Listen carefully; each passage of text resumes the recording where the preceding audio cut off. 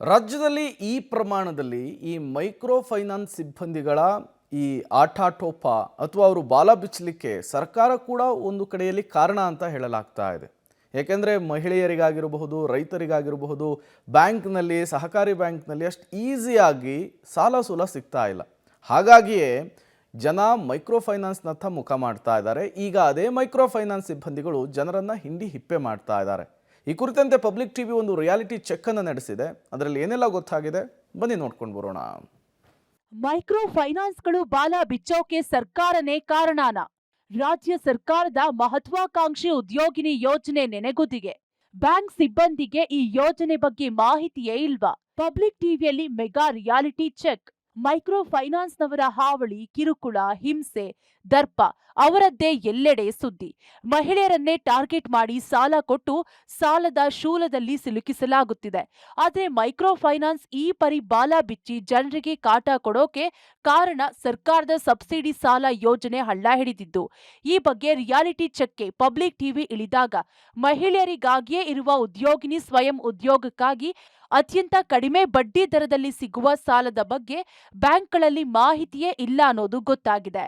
ಖಾಸಗಿ ಫೈನಾನ್ಸ್ಗಳಿಂದ ಬಡ್ಡಿ, ಚಕ್ರಬಡ್ಡಿ ಸಾಲದಿಂದ ತಪ್ಪಿಸಲು ಉದ್ಯೋಗಿನಿ ಯೋಜನೆ ಜಾರಿಯಾಯಿತು. ಆದರೆ ಈ ಯೋಜನೆ ಬ್ಯಾಂಕ್ಗಳ ಸಹಕಾರದಿಂದ ಮಹಿಳೆಯರಿಗೆ ತಲುಪುತ್ತಿಲ್ಲ.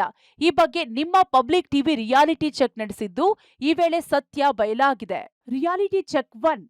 ಸಿಸ್ಟರ್ದು ಅಕೌಂಟ್ ಎಲ್ಲಿದೆ? ಕೆನರಾ ಬ್ಯಾಂಕ್ ಇದೆಯಂತೆ. ಅದಕ್ಕೆ ಬೇರೆ ಬ್ರಾಂಚ್ ಬಟ್ ಇಲ್ಲ ಅಪ್ಲೈ ಆಗುತ್ತಾ ಅದ್ರ ಬಗ್ಗೆ ನಮ್ಗೆ ಐಡಿಯಾ ಇಲ್ಲ. ಬ್ಯಾಂಕ್ ಲೋನ್ ಕೊಡೋದಷ್ಟೇ ನಮ್ಮ ಕೆಲಸ. ಸ್ಕೀಮ್ಸ್ ಎಲ್ಲ ಇಂಪ್ಲಿಮೆಂಟ್ ಮಾಡೋದು ನಮ್ಮ ಕೆಲಸ. ಅಲ್ಲಲ್ಲ, ಬಟ್ ಸಿಗ್ತಾ ಇದೆಯಾ ಅದು ಗೊತ್ತಿಲ್ಲ ನಮಗೆ. ಗೊತ್ತಿಲ್ಲ. ಅದಕ್ಕೆ ಹಿಂಗೆ ಫಾರ್ಮ್ ಏನೂ ಐಡಿಯಾ ಇಲ್ಲ ಅದ್ರ ಬಗ್ಗೆ ನಮಗೆ. ನೀವು ಲೋನ್ಸ್ ಮಾತ್ರ ನಾವು ಮಾಡ್ಕೊಳ್ತೀವಿ. ಬಟ್ ತಗೊಂಡಿದ್ದಾರೆ ಯಾರಾದರೂ ಇದುವರೆಗೆ? ಬೇರೆ ಯಾವುದಿದೆ ಗೌರ್ಮೆಂಟ್ ಪ್ರಾಜೆಕ್ಟ್? ನಮ್ಮ ಗೌರ್ಮೆಂಟೆಲ್ಲ ನಮ್ಗೆ ಗೊತ್ತಾಗಲ್ಲ. ನಮ್ಮನ್ನು ಎನ್ಕ್ವೈರಿ ಮಾಡಿದ್ರೆ ವೇಸ್ಟ್. ಬ್ಯಾಂಕ್ ಲೋನ್ಸ್ ಏನಿದೆ ಅದನ್ನ ಅಷ್ಟೇ. Reality check 2. ಅವರೇನು ಕ್ಯಾಟಗರಿಯಲ್ಲಿ ಬರ್ತಾರಾ? ಇಲ್ಲ ಒಬಿಸಿ ಅಂದ್ರೆ ನಾವು ಈಗ ಮುದ್ರಾದಲ್ಲಿ ಬೇಕಂದ್ರೆ ಕೊಡ್ಬೋದು. ಬಟ್ ಇದು ಉದ್ಯೋಗಿನಿ ಆ ಥರ ಸಬ್ಸಿಡಿ ಇದೆ. ಇಲ್ಲ ಇಲ್ಲ, ಆ ಥರದ್ದೇನು ಗೊತ್ತಿಲ್ಲ, ನಮಗೇನು ಬಂದಿಲ್ಲ ಇದನ್ನು ಈ ಥರದ್ದೆಲ್ಲ. ಇದು ಸ್ಟೇಟ್ದು